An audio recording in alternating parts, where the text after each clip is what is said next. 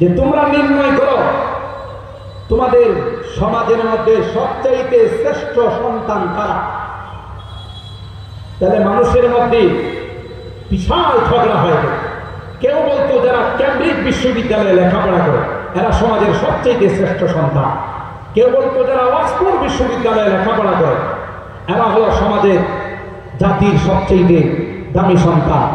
কেউ বলতো যারা হার্ভার্ড বিশ্ববিদ্যালয়ে লেখাপড়া করে, যারা ঢাকা ভার্সিটিতে লেখাপড়া করে, যারা রংপুর বিশ্ববিদ্যালয়ে লেখাপড়া করে।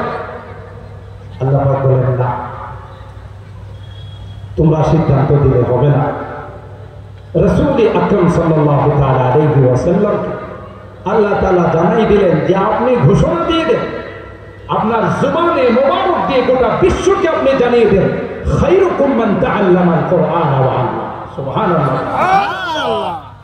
যারা কোরআন পড়ে এবং পড়া, একসঙ্গে যারা সম্পর্ক রাখে, এরাই হলো বিশ্বের মধ্যে সবচাইতে শ্রেষ্ঠ সন্তান। ইন্টারন্যাশনাল ভাষা কি বলেন? কি ইন্টারন্যাশনাল ভাষা? গোটা বিশ্ব যে ভাষা চলে সেটা ইংলিশ। অথচ এই ইংলিশ ভাষা আগেও ছিল না, পরেও উড়ে এসে জুড়ে বসে। কোরআনের ভাষা আলমে আরওয়াহের মধ্যেও ছিল। কোরআনের ভাষা আলামুল আরহাম, মার পেটের জগতেও ছিল। কোরআনের ভাষা দুনিয়াতেও আছে। কোরআনের ভাষা আলামের বারজাখ, কবরের জগতেও চলবে। কোরআনের ভাষা আলামুল মাহশার, হাসরের ময়দানেও চলবে। তাহলে যেই ভাষা আসমানে ছিল, যেই ভাষা জমিনে আছে, যেই ভাষা জমিনের নিচেও থাকবে, ছিল, আছে, থাকবে, জান্নাতেও চলবে। ইন্টারন্যাশনাল ভাষা হওয়া ছিল কোরআনের ভাষা, আরবি ভাষা। কথা বলেন ঠিক? কিন্তু ওয়ালাইকি কলমদার কাফে দুশমন। ফার্সিতে বলে ওয়ালাইকি কলমদার কাফে দুশমন। বিশ্বের ক্ষমতাটা তাদের হাতে। এই জন্য জোর কইরা আর গড়ে বানাই দিয়েছে ইন্টারন্যাশনাল ভাষা। কথা সরি, ইংলিশকে বানাই দিয়েছে ইন্টারন্যাশনাল ভাষা। কবরে গেলে কি জিজ্ঞাসা করবে হোয়াট ইজ গড? যেহেতু ইন্টারন্যাশনাল ভাষা, মুনকার নাকির বলবে তোমার, তাহলে আমি ইংলিশই প্রশ্ন করি, হোয়াট ইজ গড জিজ্ঞাসা করবে, কি বলবে? মান রাব্বুক, তোমার রবের পরিচয় দাও। ওমা দীনুক, তোমার ধর্মের পরিচয় দাও। ওমান হাযার রাজুলুল্লাযী বুইসা ফীকুম। কিন্তু এরা এই ক্ষমতায় থাকার কারণে ইংলিশকে ইন্টারন্যাশনাল ভাষা বানিয়েছে। আল্লাহ বলেন না, ওরা জোর করে বানাইলে কি হবে? পৃথিবীর সবচাইতে শ্রেষ্ঠ ভাষা কোরআনের ভাষা। কথা বলেন ঠিক? আল্লাহ তাআলা বলেন, ও আমার হাবিব, আপনি গোটা বিশ্বের মানুষকে জানিয়ে দেন, খায়রুকুম মান তাআল্লামাল কুরআন ওয়া আল্লামা। পৃথিবীর মধ্যে সবচাইতে শ্রেষ্ঠ সন্তান যারা কোরআন পড়ে এবং পড়া, আর এই সকল প্রতিষ্ঠানের সঙ্গে যারা সম্পর্ক রাখে, কলিজা দিয়ে মহব্বত করে, অর্থ দিয়ে, পরামর্শ দিয়ে, শ্রম দিয়ে এ সকল এদারাগুলো, মাদ্রাসাগুলোকে ভালোবাসে, এরাই হলো পৃথিবীর সবচেয়ে শ্রেষ্ঠ সন্তান। সুবহানাল্লাহ। আমি যে আয়াতে কারিমা, দুইখানা আয়াতে কারিমা তিলাওয়াত করেছি, সূরা আল বাকারা 31 এবং 32 নম্বর আয়াত। রাসূল আকরাম সাল্লাল্লাহু তাআলা আলাইহি ওয়াসাল্লামের অসংখ্য হাদিস থেকে ছোট্ট একখানা হাদিস আপনাদের খেদমতে পাঠ করেছি, শুধু এই কথা বোঝানোর জন্য যে সকল মাদ্রাসাগুলোর মর্যাদা, ইলমে দ্বীন শিক্ষা করার ফজিলত যারা করে, যারা সম্পর্ক রাখে, তাদের মর্যাদা, এটা বোঝানোর জন্য মূলত আমার এই টপিক আর এই আয়াতে কারিমা।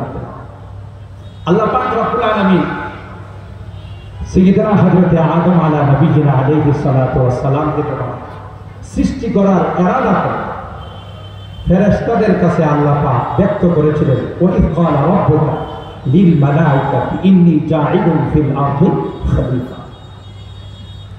আমি আমার জমিনে আমার প্রতিনিধিত্ব করার জন্য আদমকে বানাই। কথা আল্লাহ ব্যক্ত করছেন কাদের কাছে? বলুন বলুন, ফেরেশতাদের।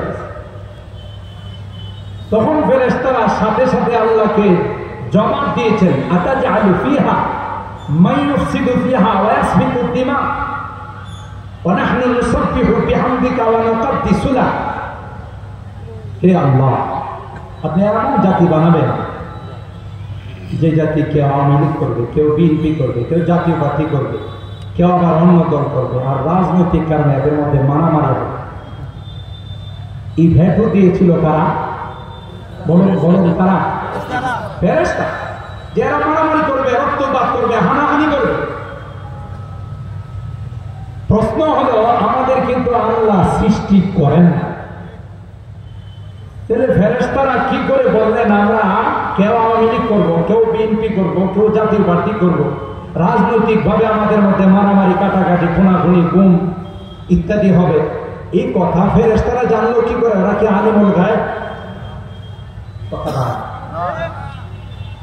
তাহলে ওরা বুঝলো কেমন করে আমাদের এখন আল্লাহ সৃষ্টি করেন না?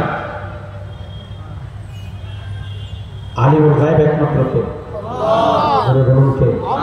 আলিমুল গায়ব ফালা ইযহিরু আলা গায়বিহি আহাদা ইল্লা মান ইরতাদা মির রাসূল ফাইন্নাহু ইয়াসলুকু মিন বাইনি ইয়াদাইহি ওয়া মিন খালফিহি রাসাস। আল্লাহ ব্যতীত কেউ গায়ব জানে না। জিন জাতি নিজেরা নিজেদেরকে মনে করতো অনেক বড় পণ্ডিত, মনে করতো আমরা গায়েব জানি। আল্লাহ এমন ভরা ধরাই দিছে, সূরা সাবার আয়াত আপনি পড়ে দিব। যখন হযরত সুলাইমান পয়গম্বর তাদেরকে দেয়া মসজিদে আকসা নির্মাণ করাচ্ছিল, মসজিদে আকসা নির্মাণ করতেছিল, একটা পর্যায়ে যখন মাঝামাঝি সুলাইমান পয়গম্বরের হায়াত শেষ, মালাকুল মউত এসে বললেন, ইয়া রাসূলুল্লাহ, ও আল্লাহর নবী, আল্লাহ পাকের ডাক আসছে আপনাকে চলে যাইতে। হযরত সুলাইমান পয়গম্বর বললেন, ভাই আজরাইল, আমার তো যাইতে কোনো আপত্তি নাই, এগুলো তো দানবের গোষ্ঠী, মার্বেল টার্বেল দিয়ে সমুদ্রের থেকে পাথর উঠায়া মসজিদে আকসা বাইতুল মুকাদ্দাস নির্মাণ করতেছে। যদি দেখে আমি মারা গেছি, তাহলে যে পাথরগুলো লাগাইছিল ওইটি খুলে ফেলে। কথা বলেন, তাহলে মসজিদে আকসার কি হবে? হযরত আজরাইল বললেন, এটা সমাধান আমি দিতে পারি, আল্লাহ জিজ্ঞাসা। আল্লাহ পাক বললেন, সুলাইমান নবীকে জানাই দাও, একটা লাঠি তার মেরুদণ্ডের দিকে লাগায়া যেদিকে কাজ চলতেছে সেদিকে তোমার সুকান হয়ে দাঁড়ায় থাকে। সুবহানাল্লাহ।